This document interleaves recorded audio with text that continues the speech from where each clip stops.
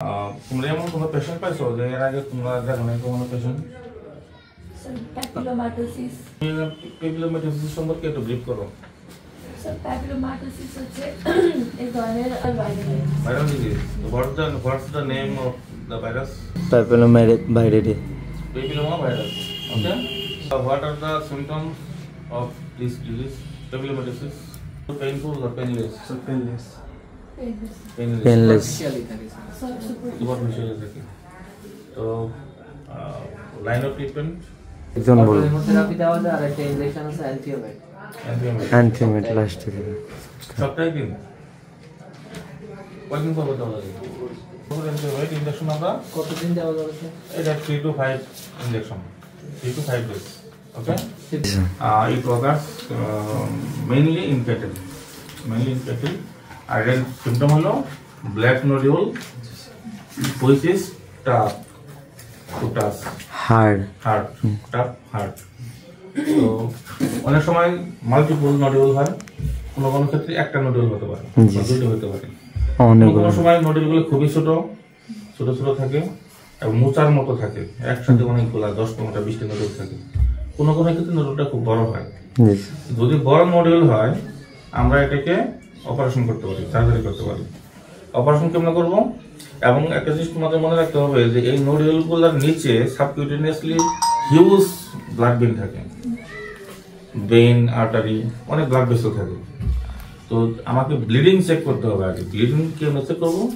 আমরা ওই ইনজেকশন অপারেশনে যাওয়ার আগেই আমরা এই ইন্ট্রাভেনাস মানে ব্লাড কোয়াগুলেটর ফ্যাক্টর একটা ড্রাগ আমরা পুশ করবো।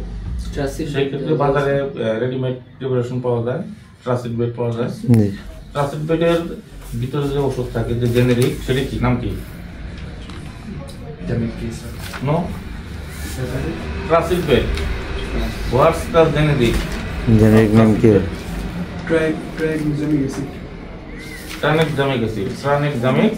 Tranexamic acid.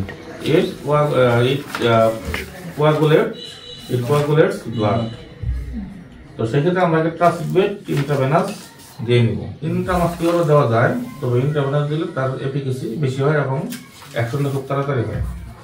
আমরা সেটা দিয়ে নিলাম। ট্রাসিড বেড প্রতি 100 কেজি বডি ওয়েটে আমরা 15 ml দিয়ে নিব।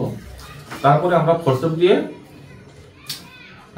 রুট অফ দ্য নোডিউল চেপে ধরবো। তারপর বাইরের অংশ আমরা ওই জায়গায় কয়েকবার ক্রাশ করবো। ক্রাশ করে ব্লাড ভেসেলগুলোকে আমরা কী করবো? একদম মানে শুকিয়ে ফেলবো, যেন ব্লাড বেরিয়ে আসতে না পারে। তারপর আমরা 3 to 5 days অ্যান্টিবায়োটিক ব্যবহার করবো, অ্যান্টিহিস্টামিন ড্রাগ ব্যবহার করবো। তো আস্তে আস্তে আমাদের এই পেশেন্টটা ভালো হয়ে যাবে।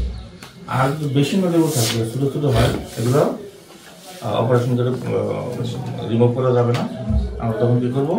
ট্রিটমেন্ট দেবো, মেডিসিনাল ট্রিটমেন্ট দেবো। মেডিসিনাল ট্রিটমেন্টের মধ্যে আমাদের ভেটেরিনারিতে এনথিওমেটনম একটা ইঞ্জেকশন আছে। টেকনো ফার্মাসিউটিক্যাল কোম্পানি তারা এটা মার্কেটিং করে বেশিরভাগ ইন্ডিয়ান। হ্যাঁ, তো সেক্ষেত্রে আমরা এভরি 48 hours আমরা মাংস ইঞ্জেকশন করবো। 3 to 5 days, 3 থেকে 5 দিন আমরা এই ইঞ্জেকশনটা ব্যবহার করবো। আস্তে আস্তে নুডলগুলো নরম হয়ে পড়ে যাবে অথবা শুকিয়ে এটা পড়ে যাবে শরীর থেকে। আর অটোহিমোথেরাপি হলো আমরা জুগুলার ভেইন থেকে ব্লাড নেব, এই ব্লাড মাংসে দেবো সপ্তাহে 1 দিন। এভাবে 3 থেকে 5 সপ্তাহ পর্যন্ত দিলে আস্তে আস্তে ওই নুডলগুলো শরীর থেকে রিমুভ হয়ে যাবে। Blood 10 ml for 100 to 120 kg. আর যদি ওভার সাইজের অ্যানিমেল হয় 250 কেজি 300 কেজি, সেক্ষেত্রে আমরা 15 to 20 ml। এই 20 ml ব্লাড কিন্তু আমরা এক জায়গায় পুশ করবো না, আমরা ডিফারেন্ট জায়গাতে 2 জায়গায় 10 ml করে 2 জায়গায় আমরা ইঞ্জেকশনগুলো দেবো। আর কাছে অটোজেনাস ভ্যাকসিন আছে। অটোজেনাস ভ্যাকসিনটা হলো যে ওই টিস্যু, ওয়ার্ড টিস্যু, সেই টিস্যু নেবো আমরা। এই টিস্যুকে আমরা কী করবো করে ওই স্যালাইনের সাথে মিশিয়ে আমরা যদি ফ্রিজে রেখে দিই তাহলে এটা অটোজেনাস ভ্যাকসিন হয়ে যাবে। আমরা এই অটোজেনাস ভ্যাকসিন প্রয়োগ করবো এই রোগ থেকে একটা প্রাণীকে মানে প্রাণীকে রিকভার করতে পারি। নর্মাল স্যালাইন দিয়েছে নর্মাল স্যালাইন দিই এটাকে মানে ভ্যাকসিন কত টাকা আমরা স্যালাইন তবে হ্যাঁ এটা তোমরা ফিল্ডে কিছু এভাবে করতে পারো না। টিস্যুগুলো নিয়ে প্রথমে স্যালাইনের সাথে সেন্ট্রিফিউজ মেশিনে দিতে হয়। সেন্ট্রিফিউজ মেশিনে দিলে ডেব্রিজগুলো এই ডেব্রিজগুলো নিচে জমে থাকবে আর ফ্লুইডটা উপরে থাকবে, সেই ফ্লুইড কালেকশন করে এটাকে ভ্যাকসিন হিসেবে আমরা ব্যবহার করতে পারি। সেন্ট্রিফিউজ মেশিন তো আসলে ফিল্ডে অ্যাভেলেবল না, হয়তো আমাদের অফিসগুলোতে সেন্ট্রিফিউজ মেশিন আছে, কিন্তু ফিল্ডে তুমি প্র্যাকটিস করতে গেলে এই সেন্ট্রিফিউজ মেশিনটা নিয়ে যেতে পারবো না। সেক্ষেত্রে আমরা অটো হিমোথেরাপি এবং অ্যান্টিবায়োটিক ইনজেকশন